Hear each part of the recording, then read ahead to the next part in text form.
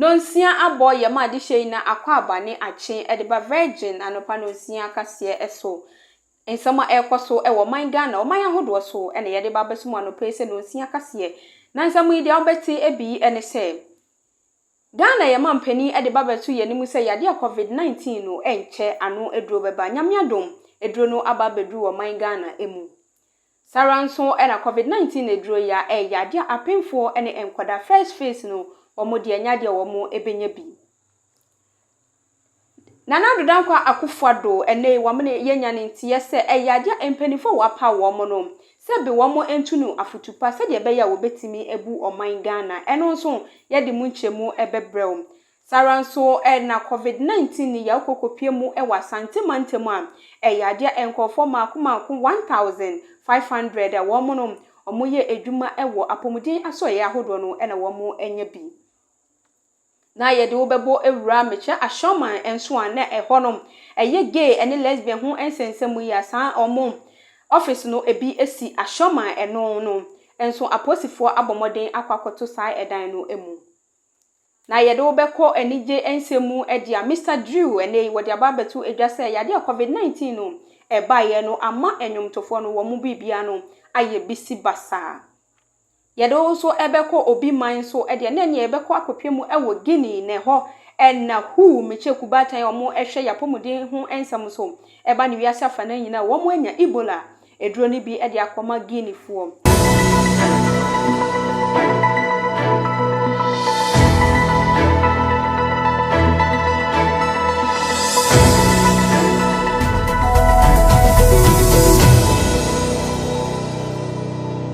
da ensem bi eka we hu enanope yede ba besumo se virgin anopa no nsia kase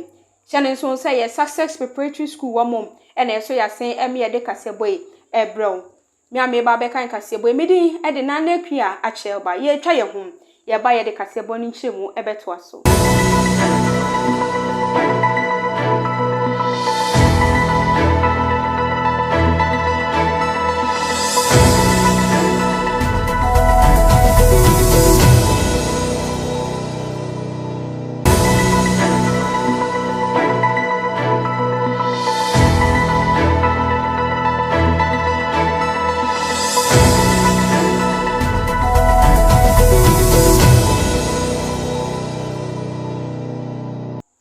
Mesan emo wakwaba edeba virgin na nopa no nsia kase eso kase bono enchiremu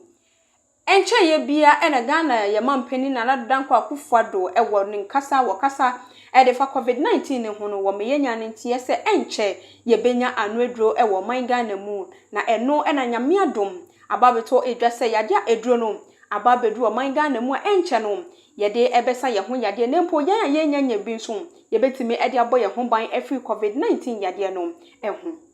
interest to opt to get vaccinated because Abdul, the law does not mandate or compel anybody to be vaccinated against their will. So people have to be willing to take the vaccine. And that is what the officials are counting on in the next few days to build up that professional, competence, so that people will have trust in the vaccine, and then. And there's international interest in the arrival of these vaccines as well. Yourself already we have indicated to you is playing a key role in the arrival of these vaccines and the acquisition of these vaccines as well. Indeed, Thelma did make a point earlier regarding the fact that when the vaccines were first produced, in the Western world, in Europe, in America in particular, it appeared that Africa had been forgotten, and the distribution was focused on persons within these continents and countries that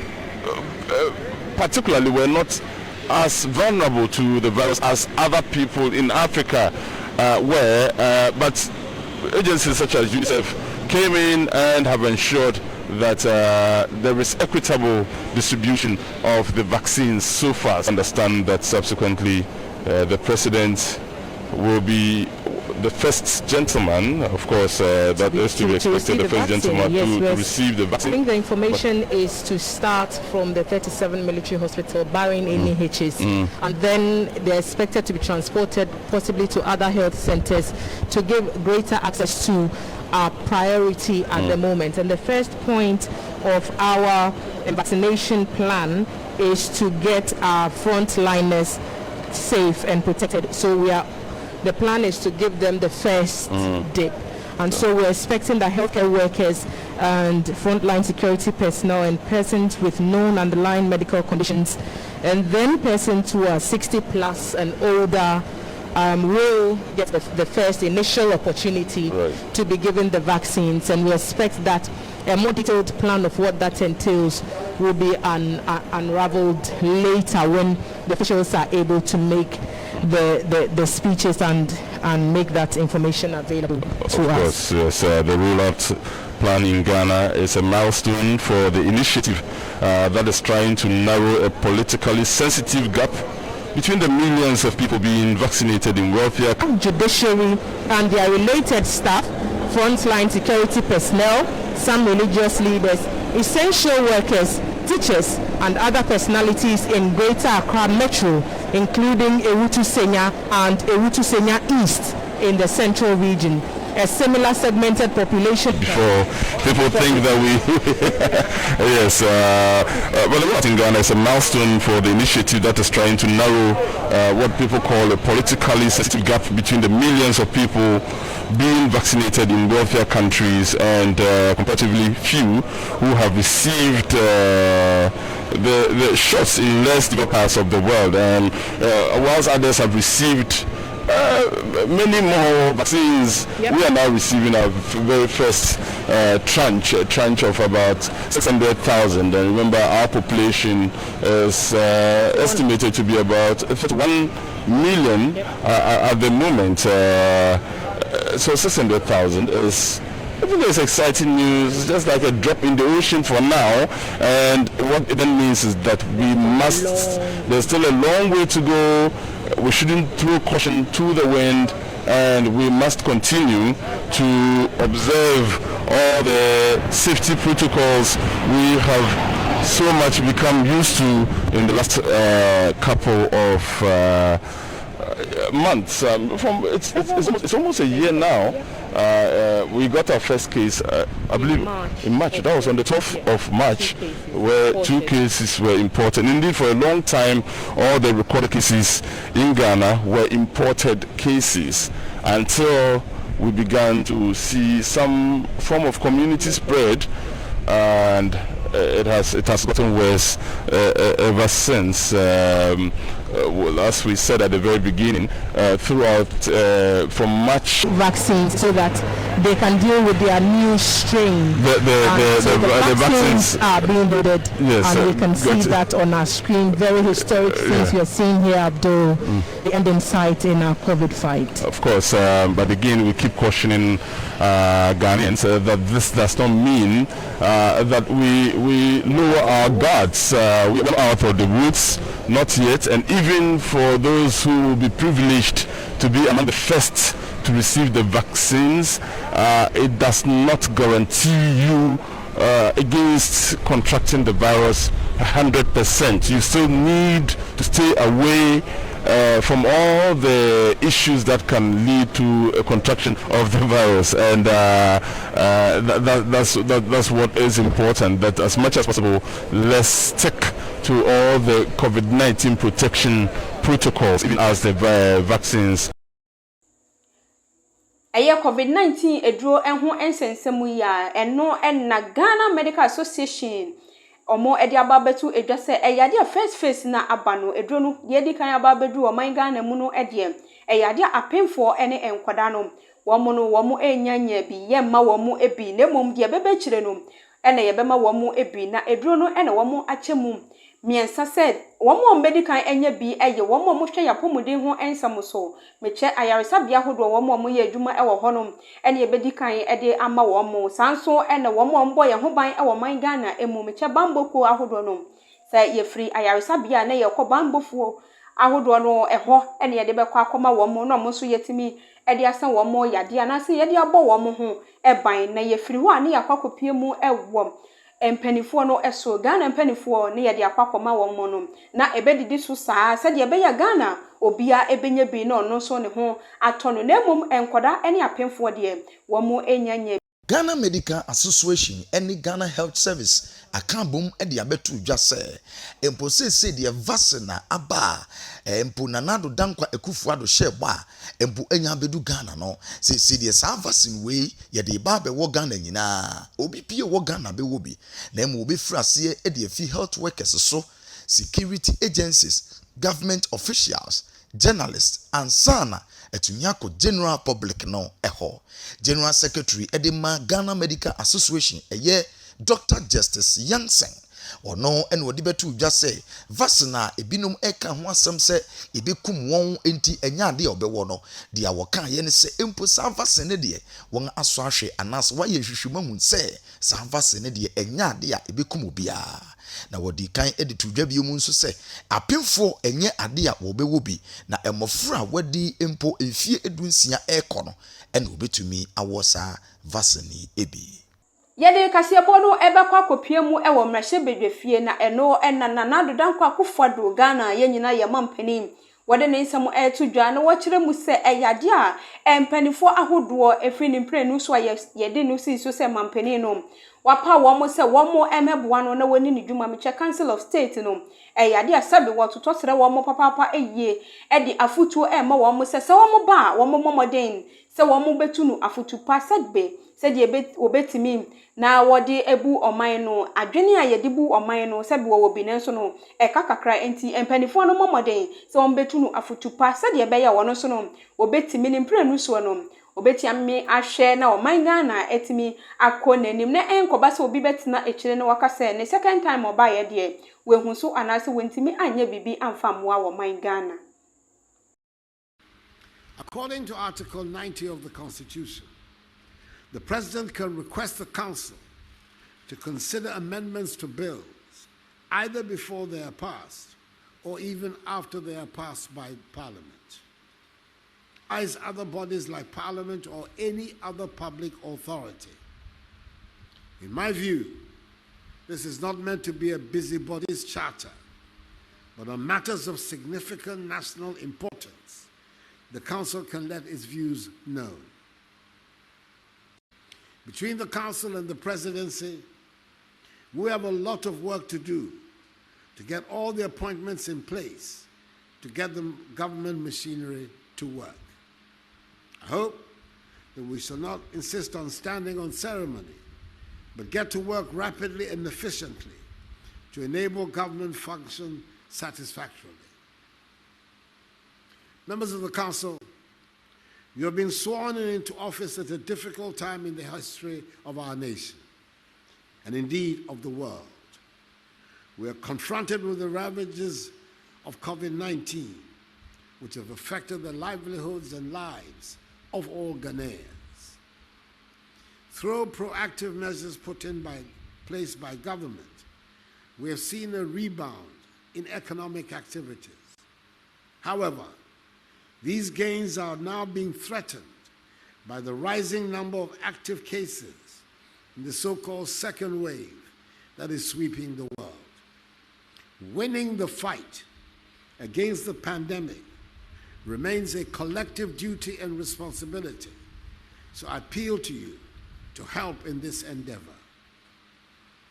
We still have challenges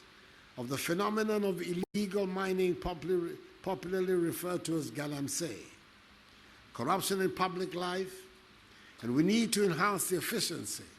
of the state's administrative machinery. In all these, I expect you to be proactive partners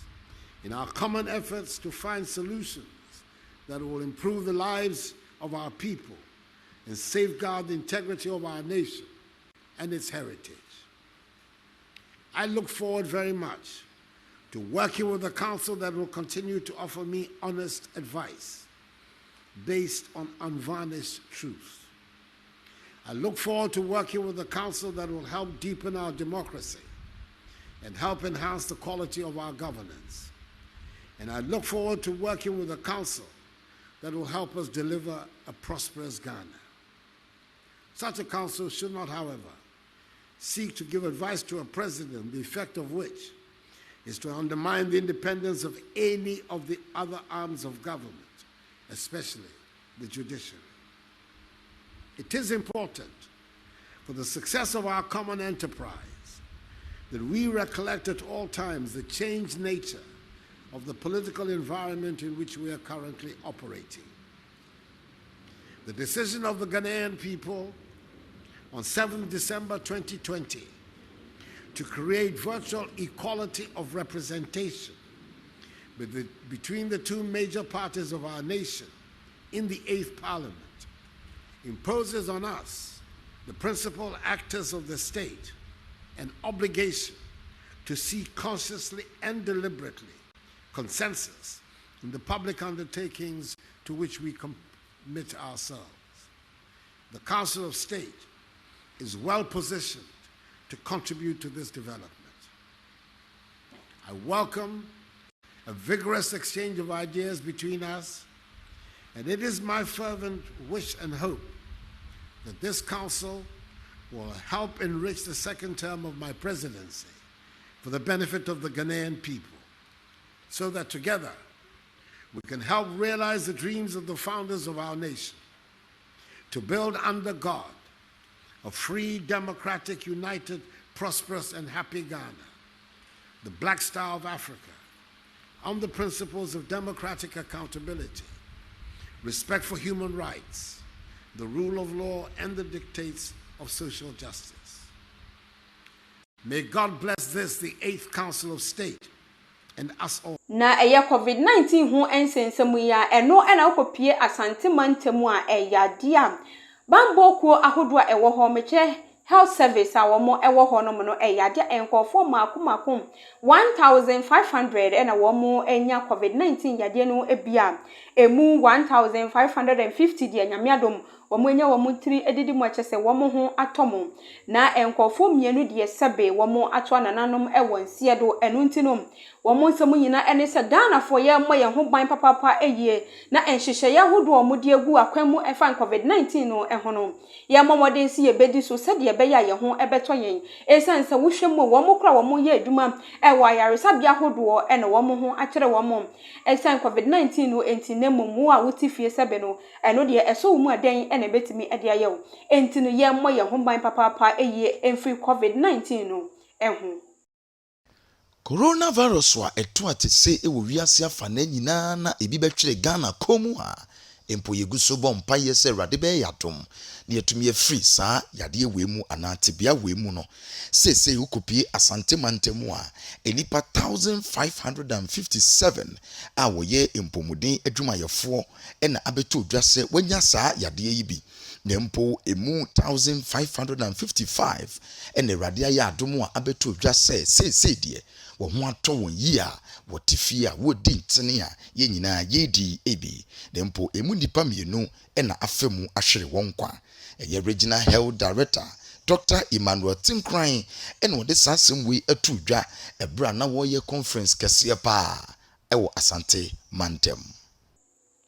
Ebusun ye de kasebo no etua mosodia na ye kwa kopie mu ewo ahyoman eno ewo kwabenya mensini no emu na no ena gay ene lesbian meche emani ema womo efa womo ho sanso ena mema ne mema aware ekoso ewo manga na mu a womo ehihye sumase womo akosi womo office ne enimu se enkran ahinkro no bia ba ko pe ene wona sana ebi ewom enkran ahinkro meche Ghana ahinkro enkran baby bia no ebi ewo ho ne no ena shoman ebi womo dan no ebi esi ho ene aposifo abomoden na womo akwakoto saa edan no emu na empanifo ewo ahemfie meche kwabenya ahemfie ena emu mpanifo na ehunu ni se edan no saa ebi hye baby womo so no womo di saa adwuma no ewo ho enti womo ma aposifo nyane ntie se womo entimi ametuma ya de womo akasa no wombe pagya ede ato saa edan no emu enei nyamiadum aposifo etimi etutu womo anamon akwakodu eho a womo akwakoto saa edan no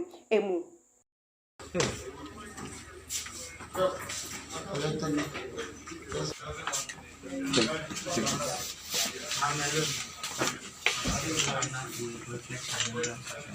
As a baby. Yeah, when you get there, you go climbing the one we stay there's a featuring shop there.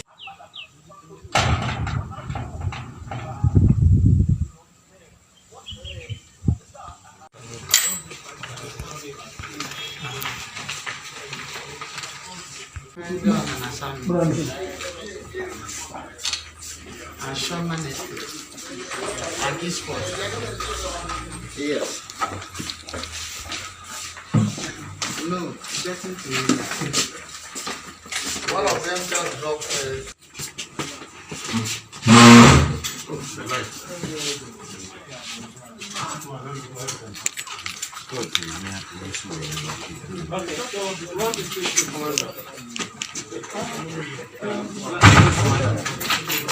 Please, I don't want to talk to the press now. But there are a lot of things I want to do. the commander and then the landlord. Commander. na ye do be ko akoko ewo enije kase no emu na eno na Mr. Drew ye ba no nwum to de a yade wo fa no kwa na nsenya ne nwum kra ebeba no na enya asam ketwa enkranhyensem ewo mpapapa eyie na ne nsem nyina ene se yade COVID-19 no aba be ha wo man Ghana eni emutimamufo papapa eyie titiriw ene wo mo a omo wo nwum to ekuo no emu esan se ansa na nwum to no wo benya sika kakra dia to botom anase wo benya bibi kakra no na gina ebi a concert anase party bi a wo bi eje no wafra wo se bebo nwum mame eno ena masika no eba emu yedu kakra nenso esan COVID-19 ne eho ensensem nti empanifo de band atotototo so a wo mo entimi mo concert ebiem sanso ena obi kwa entimi mfa se be ye adwuma we fa mame eno nti no ama wo mo sika samo no aye bisi basa papapa eyi a ubenya sika to ho anase obedidi mpo no eya na eye den papapa eyi ni Mr. Drew eba no nwumtuo edwuma no dia yade a wo bone homodin papapa eyi wono enene wodi ababetu edwase eba ni yase anase Ghana sese no yade a nwumtuo no ama wo mo akofom titiri ni wo mo di sa edwuma no na ni hinada ene se eye COVID-19 na abano eno nti ana mo wo edwuma no sese ano akofom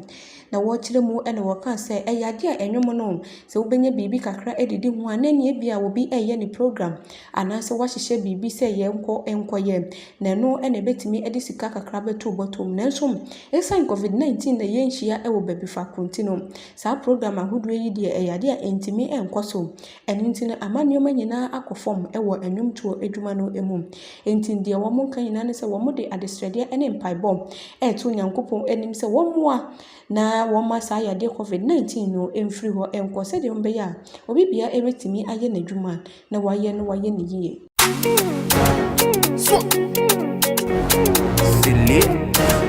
You the fella.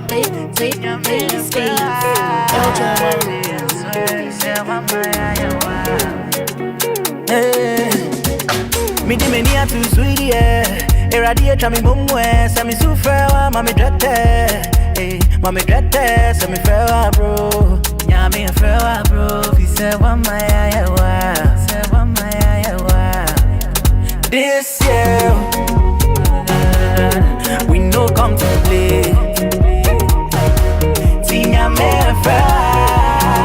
I swear, fi se wa mayawa. Ebusuani ye kai wo se eye Success Preparatory School wo mom ene so yasen eme ye de kasebo e ebre we na anope Success wo mo e won sawom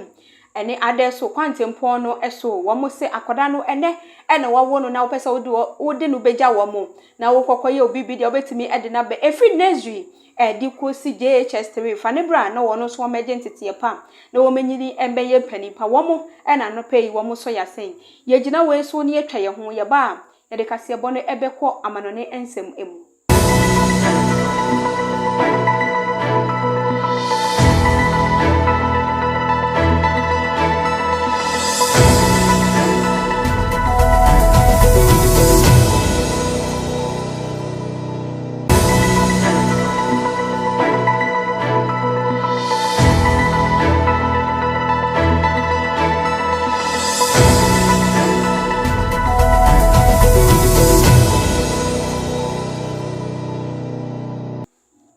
Ebusia mesan ema wakwa ba ediba virgin na nopa no nsia kase eso kase bɔ ne yede kɔ obi eman so na eno ene ye kwa kopie mu ewo gini man no emu enche ye bia sa amanfo be kaya ene ba beto odwase yade a Ebola yade a mfie bia etwa mu no eba oman Ghana ene oman ahodo eso no asan be pie mu ewo aman foforo eso eno nam so ema obinum kra etimi afemu ahwere wo mo enkwa na eno ene kubatan ya wo mo hwe yapomudin so meche World Health Organization na yetwa ni chese WHO omode ba betu dwase ma obi a emmo hu esanse wo mo ede neoma egugu akwan mu a Ebola no wo mo no ebesie ni papa eye nenne nyame adom Ebola eduro no aba abetu dwase akokopie mu ewo gini man no emu a WHO wo mo di akoma wo mo se wo mo nye na wo mo mfanse wo mo asabi wo mo enya Ebola yade no ebi na eno nenam so a enkronkro anase amaya hodo a wo mo enya Ebola yade no sa ene ebechede ama wo mo se de ebe ya wo mo ho ebeto wo mo enche ye bia ene babeto edwase yade Ebola na mfie bia chi eba ye no asan apagya ne mu ewo man bi eso na eno ena ekubatan a wo mo ehwe yapomuden ho ensem so eba ne wiase afa na nyina wo mo de babeto edwase eyade wo mo behwe na saade wo mo enya no edro ampaniampa ene ababeto edwase World Health Organization wo mo enyedura wo mo betimi ediesi Ebola no ano ekwan na enu yi ono akwakopie mu ewo gini man no emu eho ena eduru no akwakodu se yenchase ne yemfansa Ebola yade no se de ebe ya yede bekwa amaya hodo so ne yede akwakosa wo mo yade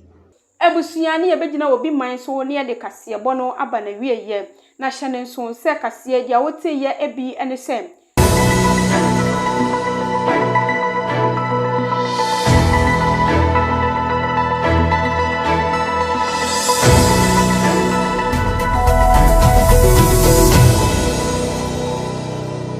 COVID-19 edura emre bi ebeto odwase beba o man Ghana mu no nyame adom aba bedru sa COVID-19 edro ya eno enenei aba beto odwase yade a apefo ene enkwada no first phase ne de yade wo mo enya bi na ye ma wunyante yese o man pani na dodankwa akufado ne se mu no wode ato edwase ne panifo wapa wo mo meche Council of State wo mo moa no se de be ya wo betu na futu a wo betimi ede ebu wo man Ghana Saranso ena COVID-19 ho ensensem ya kopie mu ewo asante mantemu edia eyade enkofo mako 1500 meche wo mo bambo ekuo no ahodo no emu mechire Ghana Health wo mo hwe yapomode ho ensem so no wo mo enya biem na yede wo ekọ kwabenya mechire ashoman eho na gay ene lesbian ho sensem wo mo office no ebia esi ho na posifo abomodin akwakoto sa edan no emu na yeko enije kase emu na eno nso ena Mr Drew wodi ababetu edwase eyade a COVID-19 no amanyum tofo no wombu bia aye bisi basa yeko wie kase no ewo obi man so na eno ena gini man no emu no ene hu meche kubatan ya wo mo ohwe yapomuden hu nsem se ba ne wiasa fa na nyina omodi Ebola edro akwakoma wo mo omode ebesa ho yade afri Ebola yade no enhu